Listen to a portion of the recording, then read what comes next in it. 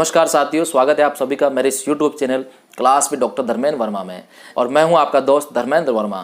जी हां दोस्तों, आज के इस वीडियो में हम बात करेंगे कॉलेज व्याख्याता भर्ती परीक्षा यानी कि असिस्टेंट प्रोफेसर भर्ती परीक्षा हिंदी साहित्य विषय पर। जी हाँ दोस्तों, यदि आप असिस्टेंट प्रोफेसर भर्ती परीक्षा की तैयारी कर रहे हैं, कॉलेज व्याख्याता भर्ती परीक्षा की आप तैयारी कर रहे हैं हिंदी साहित्य विषय से, तो निश्चित रूप से मेरा ये वीडियो आप ही के लिए है। और मैं बहुत सारी जानकारी आपको दूंगा इस एग्ज़ाम के बारे में कि किस तरीके से आप तैयारी करें और कौन कौन सी किताबें आप पढ़ें हिंदी साहित्य के लिए। तो साथियों, मेरा ये वीडियो पूरा देखिएगा, निश्चित रूप से आपको बहुत कुछ सीखने को मिलेगा। तो वीडियो शुरू करने से पहले आपसे मेरी रिक्वेस्ट है, यदि आपने मेरा चैनल सब्सक्राइब नहीं किया तो प्लीज़ मेरे चैनल को सब्सक्राइब कीजिए और साथ ही बेल आइकन पर क्लिक कीजिएगा, ताकि मेरे और आने वाले मोटिवेशनल और एजुकेशनल वीडियो उनके नोटिफिकेशन आपको मिल सके, से आप उनका भी लाभ ले सकें। जी हाँ साथियों, बात करते हैं कॉलेज व्याख्याता भर्ती परीक्षा की। अभी आरपीएससी द्वारा कॉलेज व्याख्याता भर्ती परीक्षा असिस्टेंट प्रोफेसर भर्ती परीक्षा का आयोजन किया जाना है और उसकी तैयारी काफ़ी कैंडिडेट्स कर रहे हैं। और बहुत बड़ी वैकेंसी ये है क्योंकि बहुत सालों बाद वैकेंसी आती है कॉलेज व्याख्याता की, इसलिए ये वैकेंसी जो है अपने आप में एक बहुत बड़ी वैकेंसी मैं मानता हूँ। और बहुत मायने इस वैकेंसी के हैं कि किस तरीके से आप तैयारी करते हैं और आप इसी वैकेंसी में अपना चयन आप सुनिश्चित करते हैं। तो यदि आप हिंदी साहित्य से तैयारी कर रहे हैं कॉलेज व्याख्याता की, तो मेरा वीडियो आप ही को डेडिकेट है, आप ही को समर्पित है। तो साथियों, शुरुआत करते हैं अपने टॉपिक की। कॉलेज व्याख्याता भर्ती परीक्षा के लिए आपको 3 पेपर देने होते हैं। जी हाँ दोस्तों, प्रथम और द्वितीय पेपर जो है वो विषय का होता है और तृतीय पेपर आपके राजस्थान की जीके का होता है, सामान्य ज्ञान का होता है। इससे पहले जो मैंने वीडियो बनाया है कॉलेज व्याख्याता भर्ती परीक्षा की तैयारी कैसे करें, क्या क्या पढ़े, उसमें मैंने सारी बातें बताई है कि किस तरीके से आप फर्स्ट और सेकंड पेपर और साथ ही थर्ड पेपर की आप तैयारी करें। इस वीडियो में मैं आपको केवल हिंदी साहित्य विषय के बारे में बताऊंगा कि कौन कौन सी किताबें आपको पढ़नी है और किस तरीके से आपको तैयारी करनी है। जी हाँ साथियों, हिंदी साहित्य की हम बात करें तो प्रथम और द्वितीय जो पेपर है विषय का वो आपके हिंदी साहित्य का होगा। और प्रथम और द्वितीय दोनों पेपर 75 अंकों के होंगे। कहने का मतलब ये कि जो प्रथम पेपर हैं उसमें आपके 150 क्वेश्चन होंगे, 150 प्रश्न होंगे, एक प्रश्न आधे अंक का होगा। इस तरीके से 75 अंकों का आपके प्रथम पेपर होगा। ठीक इसी तरह द्वितीय पेपर भी 75 अंकों का आपका होगा। तो इस तरीके से 150 नंबर के ये दोनों पेपर आपके होंगे, जो आपके लिए बहुत महत्वपूर्ण है। तो साथियों, शुरुआत करते हैं प्रथम पेपर से। यहाँ दोस्तों, हिंदी साहित्य के प्रथम पेपर की यदि हम बात करें तो सबसे पहले हम सिलेबस को जान लेते हैं कि कौन कौन से चैप्टर हमें पढ़ने होंगे। तो उस पर मैं बात करूं तो यहाँ पर मैं आपको बताना चाहूँगा कि हिंदी साहित्य का जो प्रथम पेपर है उसको 5 अध्यायों में बांटा गया है।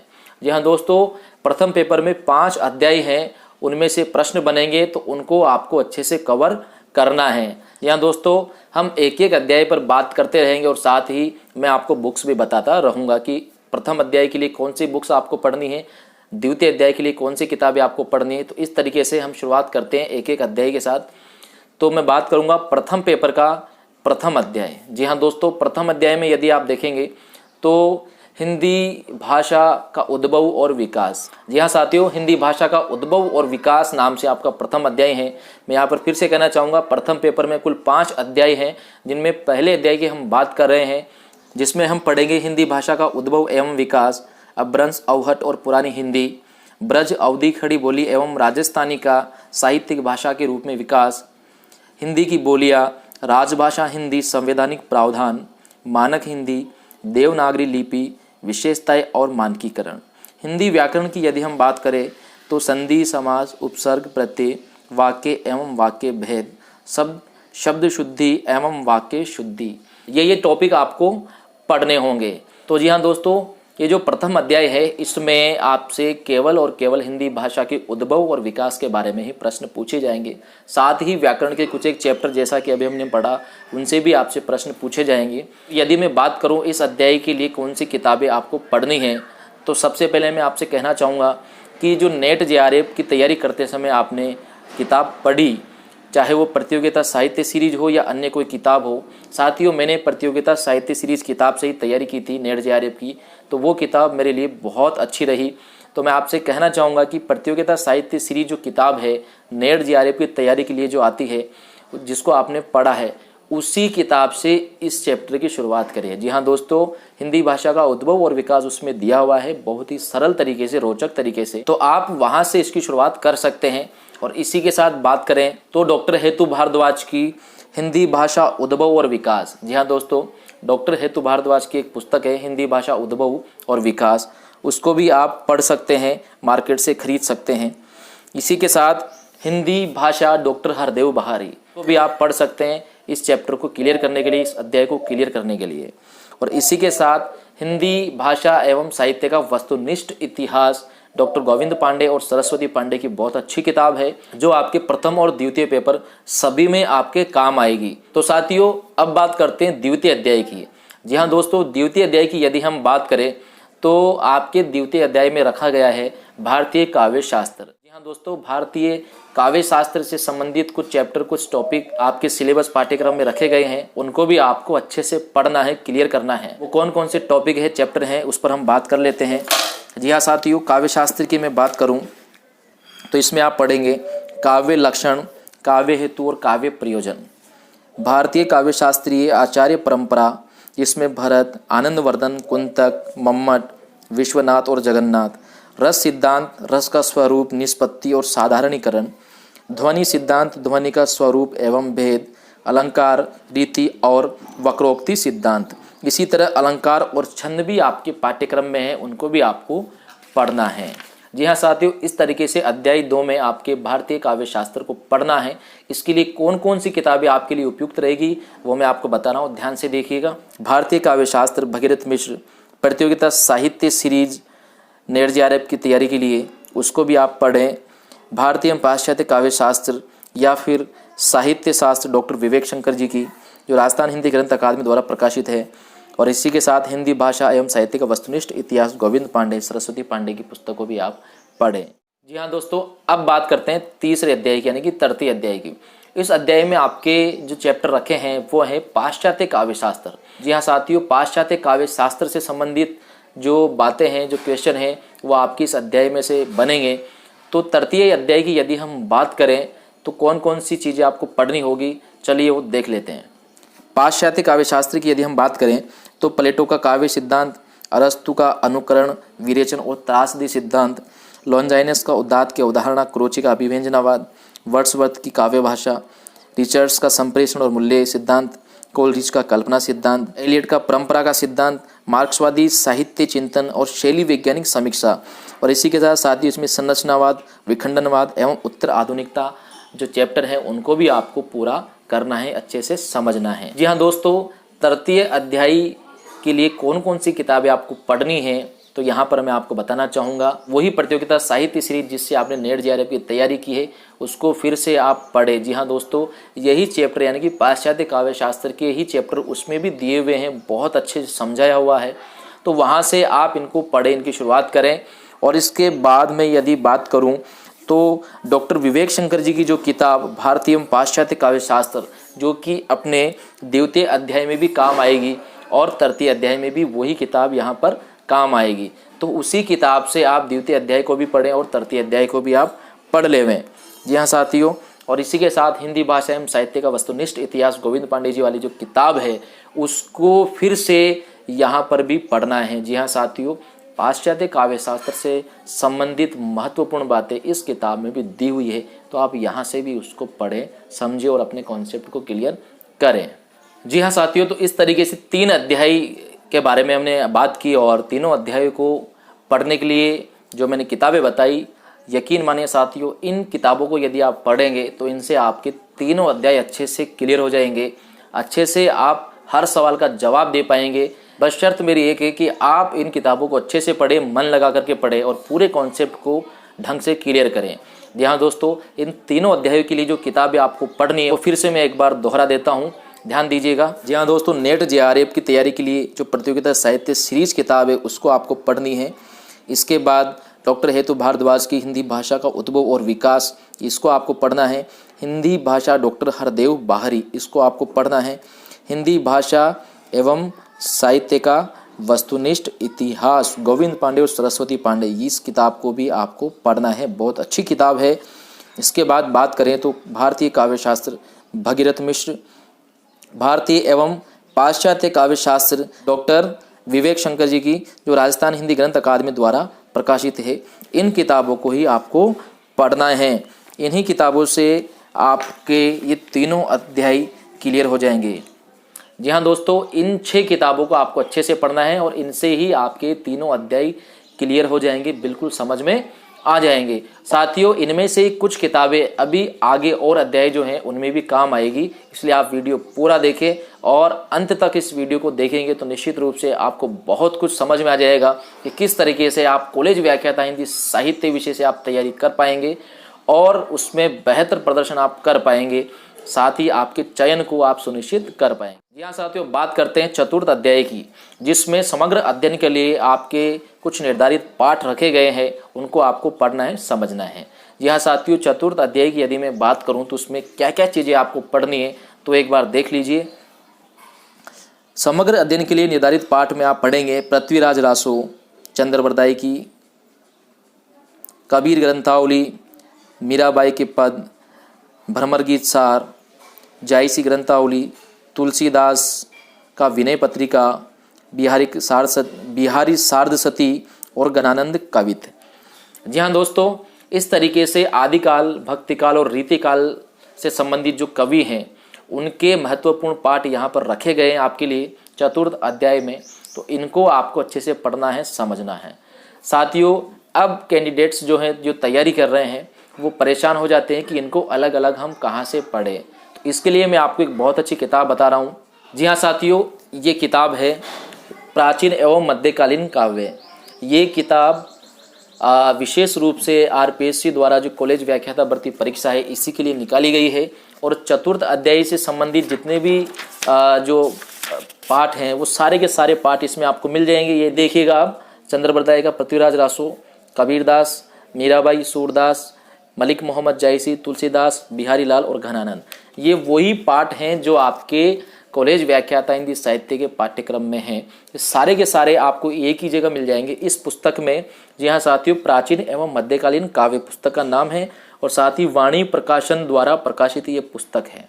यह आपको जयपुर में चौड़ा रास्ता मार्केट में आसानी से मिल जाएगी, तो वहाँ से आप इस पुस्तक को खरीद लेवें और इससे आप अपने चतुर्थ अध्याय की अच्छे से तैयारी कर सकते हैं। जी हाँ साथियों, ये पुस्तक बहुत अच्छी है। चतुर्थ अध्याय आप इससे पूरी तरह से समझ सकते हैं, कॉन्सेप्ट क्लियर कर सकते हैं। इसके अलावा साथियों, चतुर्थ अध्याय में जो भी कवि हैं इनसे संबंधित रचनाएं आपको जो आपके पाठ्यक्रम में दी हुई है वो अन्य कहीं भी मिल जाए तो वहाँ से भी आप उनको पढ़ें, उनको समझे, कॉन्सेप्ट को क्लियर करें।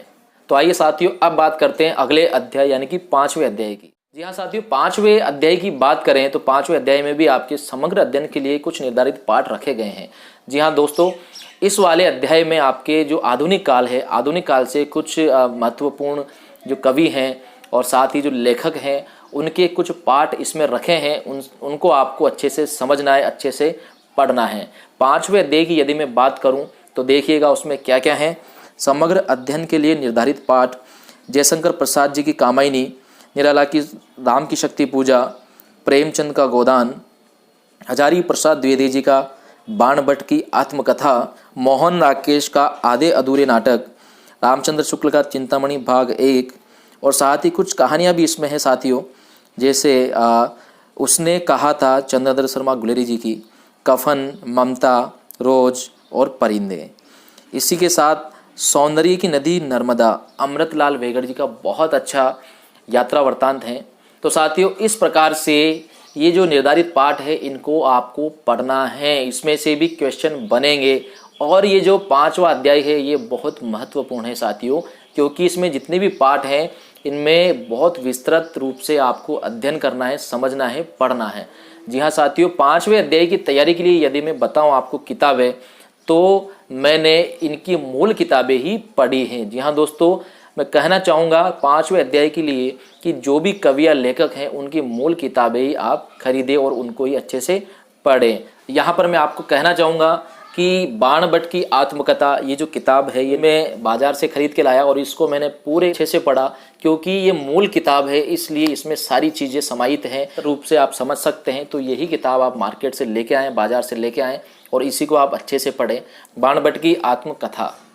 इसके बाद बात करूंगा साथियों कामायनी, जयशंकर प्रसाद जी की जो कामायनी है, ये भी आप मूल किताब ही खरीद करके लावें। और कामायनी के सभी सर्ग हमारे पाठ्यक्रम में नहीं हैं, कुछ ही सर्ग हैं, उनको ही आप इस किताब से पढ़ें और अच्छे से तैयारी करें।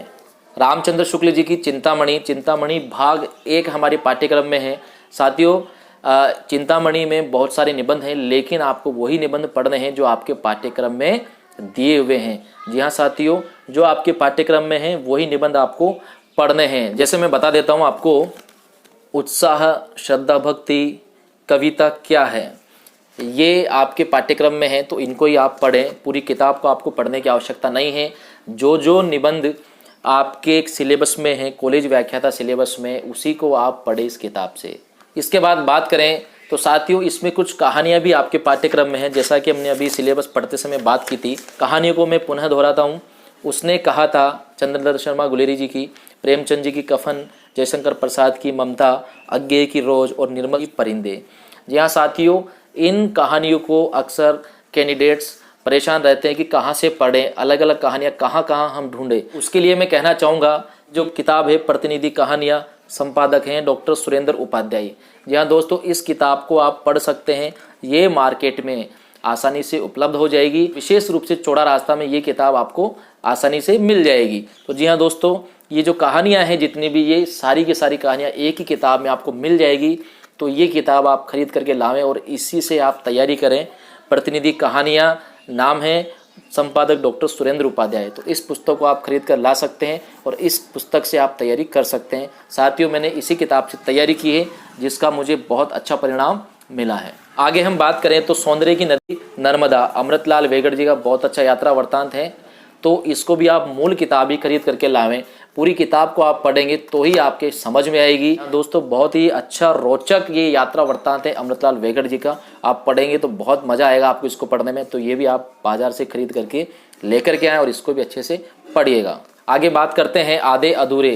मोहन राकेश का बहुत अच्छा नाटक है आधे अधूरे, ये भी आपके पाठ्यक्रम में है। इसकी भी मूल किताब ही आप लावें, उसी से इस नाटक को पढ़ें ताकि आपके सारे कॉन्सेप्ट इस नाटक से संबंधित क्लियर हो जाएं। आगे बात करें तो गोदान, प्रेमचंद जी का गोदान बहुत ही लोकप्रिय और प्रसिद्ध उपन्यास हैं। तो इसको भी यदि आपको पढ़ना है तो मूल किताब ही आप लेकर के आए। साथियों मैं ये मूल किताब खरीद के लाया था और इसी से मैंने पढ़ाई की, तो बहुत लाभ मुझे इसका मिला। जी हाँ साथियों, पूरा कॉन्सेप्ट यदि आपको क्लियर करना है तो गोदान को आपको पूरी पढ़नी पड़ेगी। तो साथियों इस तरीके से 5वां जो अध्याय है उसके लिए मैंने आपको किताबें बताई। आपको मूल किताबें ही खरीद के लानी है और उन्हीं को आपको अच्छे से पढ़ना है। राम की शक्ति पूजा की बात करें तो राम की शक्ति पूजा जो कविता है निराला जी की, एक लंबी कविता है, तो इसको आप जहाँ से भी आप पढ़ सकें वहाँ से आप पढ़ लीजिएगा। कहीं भी ये आपको कॉलेज के पाठ्यक्रम में मिल जाएगी। तो कहीं से भी किसी भी किताब से जहाँ से भी आपको ये अवेलेबल हो तो वहाँ से आप इसकी तैयारी कर सकते हैं। तो साथियों इस तरीके से 5वें अध्याय के लिए जो मैंने किताबें बताई उनको एक बार फिर से देख लेते हैं।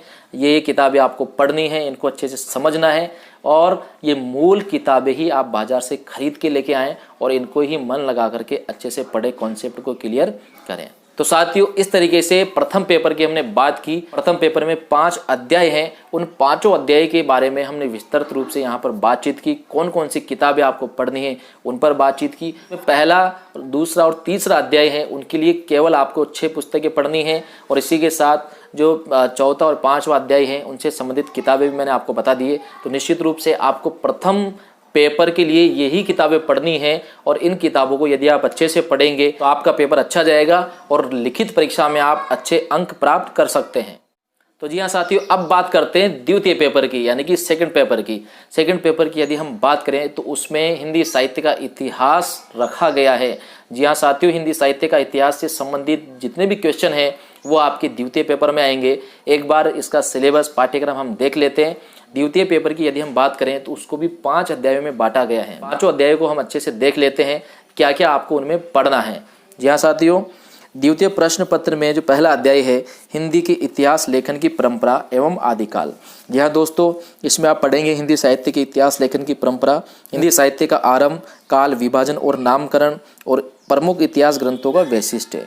और इसी के साथ आदिकालीन सामाजिक सांस्कृतिक पृष्ठभूमि, आदिकालीन साहित्यिक प्रवृत्तियाँ, सिद्धनाथ एवं जैन साहित्य, रासो काव्य परंपरा एवं तत्संबंधी प्रामाणिकता का प्रश्न, लौकिक साहित्य, आदिकालीन प्रमुख कवि और उनकी रचनाएं जिनमें शालिभद्र सूरी, सरहपाद, गोरखनाथ, चंद्रबरदाई, नरपति नालह, अमीर खुसरो, विद्यापति आदि प्रमुख हैं। जी हाँ साथियों, प्रथम अध्याय में हम हिंदी साहित्य का आरंभ और आदिकाल से संबंधित जो बातें हैं उनको हम पढ़ेंगे, उनमें से ही प्रश्न बनेंगे। जी हाँ दोस्तों, द्वितीय अध्याय की बात करें तो भक्ति काल यानी कि भक्तिकालीन जो साहित्य है उसके बारे में आपको पढ़ना है और साथ ही उसका जो ऐतिहासिक और सांस्कृतिक आधार है उसको भी आपको इसमें पढ़ना है। भक्तिकालीन साहित्य का ऐतिहासिक और सामाजिक सांस्कृतिक आधार पढ़ने के साथ साथ भक्ति आंदोलन का जो स्वरूप है उसके बारे में इसमें हमें पढ़ना है और भक्ति आंदोलन के जो प्रमुख संप्रदाय हैं, आचार्य हैं, वो भी हमें इस चैप्टर में पढ़ने को मिलेंगे।